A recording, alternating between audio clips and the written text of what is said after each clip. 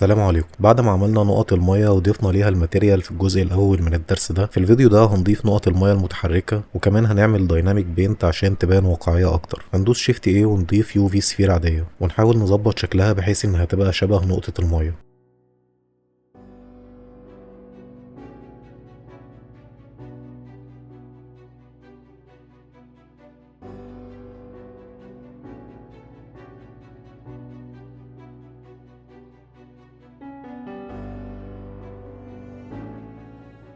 بعد كده هنضيف كيرف بيزير وندخل جوه الايديت مود عشان نعمل الكيرف اللي هتحرك فيه نقطة المية على المجسم. واهم حاجة يكون الخيار اللي متفعل هنا هو سيرفيس عشان الكيرف اللي هترسمه يبقى لازق على المجسم. هنرسم الكيرف بتاعنا ونمسح الكيرف القديم، مش عايزينه في حاجة. بعد كده هنروح لنقطة المية ونخلي الاوريجين في المكان ده، ونروح للكيرف برضو ونخلي الاوريجين في نفس المكان. وطبعا هنعمل ابلاي سكيل لنقطة المية والكيرف. هنروح لنقطة المية وندوس الت جي عشان نعمل ريسيت للوكيشن بتاعها، ونفس الكلام للكيرف. اهم حاجة بقى هنا انك تفضل سايب الكارزر في نفس المكان ده عشان هنرجع نقطة المية والكيرف لنفس المكان. هنروح لنقطة المية ونصغرها شوية، ونروح للموديفايرز ونضيف كيرف موديفاير، ونختار الكيرف بتاعنا ده ونغير الديفورم اكسس لحد ما يظبط معانا كده تمام، والنقطة بتتحرك معانا على الكيرف. هنحدد الاتنين ونرجعهم تاني عند مكان الكارزر زي ما قلنا كده. كل حاجة تمام. نروح بس للريندر مود ونديلها نفس الماتيريال بتاعة المية.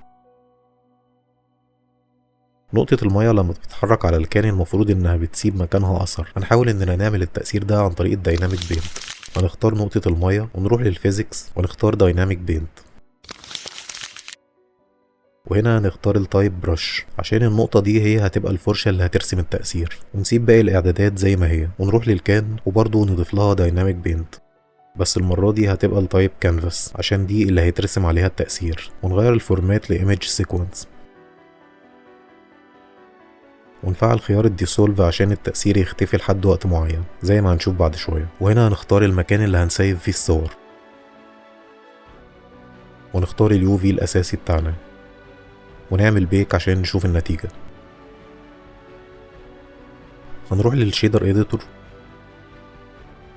ونضيف ايمج سيكونس، ونختار المكان اللي احنا سيفنا فيه الصور،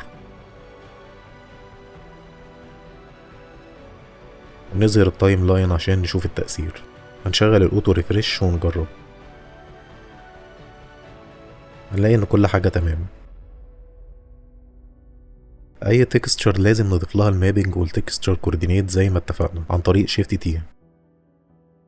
هنضيف كلر رامب عشان نخلي الصورة ابيض واسود.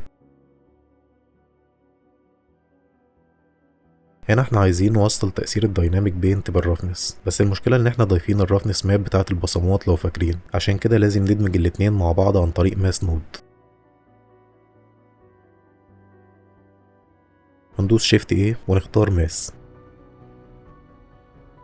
ونختار مالتيبلاي،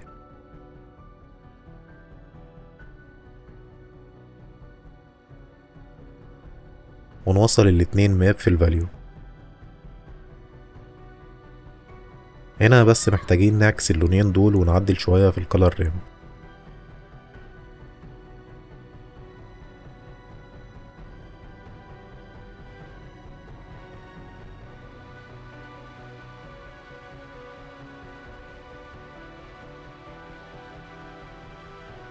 وبس كده، مع شوية إضاءات وبعد لمستك الفنية هتوصل للنتيجة دي. لو عجبك الفيديو ما تنساش تتابعني عشان تشوف كل الفيديوهات الجديدة، واشوفكم على خير في فيديو جديد إن شاء الله. سلام عليكم.